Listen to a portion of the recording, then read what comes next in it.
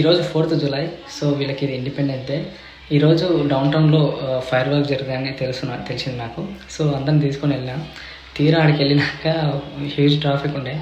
ఆ ట్రాఫిక్ ఉంది, అందులో అసలుకి కార్ పార్క్ చేయడానికి కుదరలేదు. ఆ తర్వాత ఎవరో ఒకరు దానికోసం సాక్రిఫైస్ చేయాలి కాబట్టి ఆ డ్రైవింగ్ సీట్లో నేనే ఉండే దరిద్రానికి. ఆ తర్వాత మిగతా వాళ్ళంతా దిగిపోయి చూసి వచ్చారు. డ్రైవ్ చేసి పార్కింగ్ కోసం వెతికేసరికి ఫైర్ వర్క్స్ అన్నీ అయిపోయినాయి.